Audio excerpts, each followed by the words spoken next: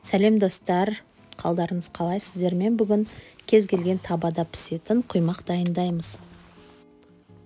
Таба талғамайтын құймақты үйдегі сүтпен дайындаймыз. Дүкеннің кез келген сүттерімен болады. Майлылығы 3-2, 2-5 майлықтағы сүтпен дайындаймыз. Қараңыздаршы, құймақтарымыз қандай әдемі, дастарханның сәнін келтіреді. Келген қонағыңызды қызықтыратындай құймақ дайындаймыз. Ол үшін бізге 900 мг кез келген дүкендегі сүт, 1 шай қасық тұз, 3 ас қасық қант, 3 жұмыртқа, сұйық май және де осындай 250 грамдық стаканмен өлшеймін ұнды. Енді алдымен жұмыртқамызды жарып аламыз және де 3 ас қасық қантымызды қосып, венчиктің көмегімен ергенше шайқаймыз.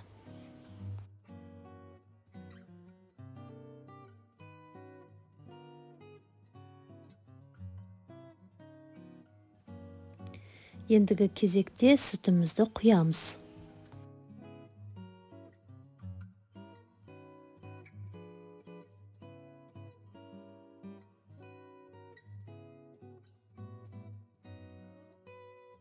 Енді 1 шай қасық тұзымызды қосамыз.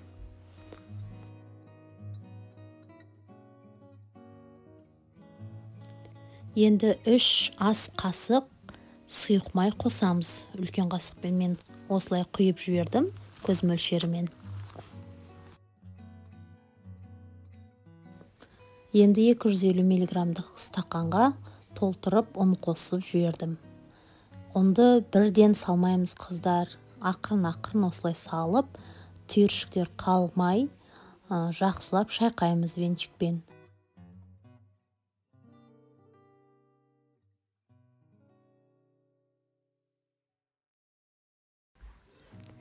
Енді стақанға тағы да қалған ұнды қостым. Шамамен 200 грамдай ұн болды.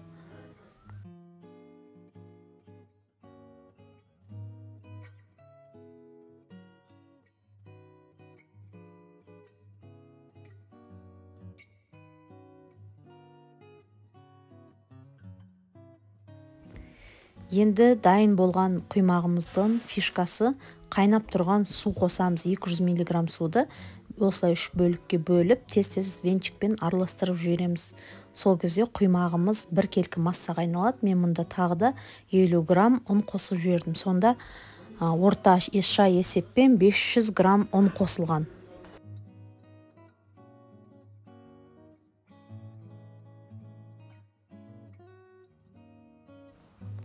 Енді міне құймағымыз дайын болды. Енді пісіруге кірісеміз. Менде кәдімгі үйдегі таба жұмыртқа қуырып жүрген, диаметрі шамамен 20 см. Кішкене сұйық майымызды қосып, осылай алғашқы блинчигімізді пісіруге табамызды майлап аламыз.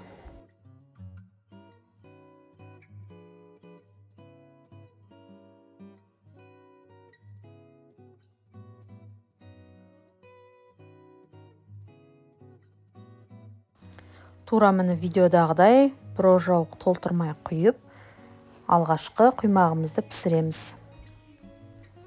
Мінекей 30 секундтай ұстаймыз және аударамыз қыздар. Осындай алтын түстес өте әдемі құймақ пайда болады.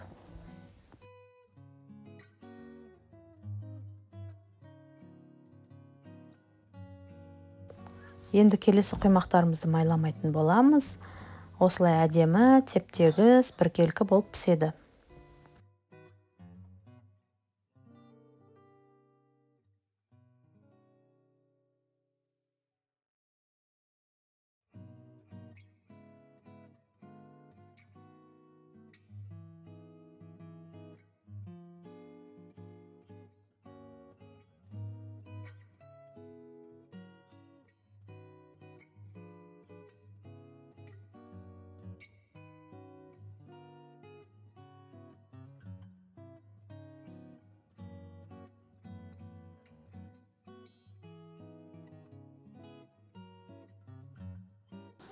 Енді сіздермен ерекше құймақ жасаймыз. Зебра құймақ ол үшін бөлек ыдысқа 2 ожауын құйып аламыз да 2 ас қасық какаоны қосып араластырып, кондитерский мешокқа салып, Мен қазір видеода көрсеткендей құйып блинді дайындаймыз. Мінекей мешочектің аузын кішкене ғана кесемізді. Осылай әдемілеп құйып аламыз. Кішкене көпіршіктенгеннен кейін бірден құйып блинымызды, құймағымызды пісіре береміз. Кәдімгі құймақ сияқты.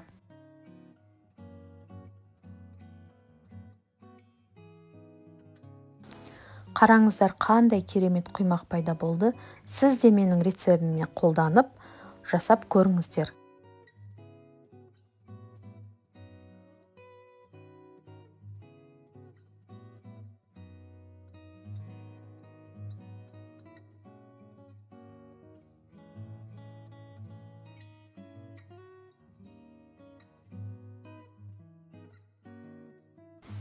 Осымен мен барлық құймақтарды пісіріп шықтым.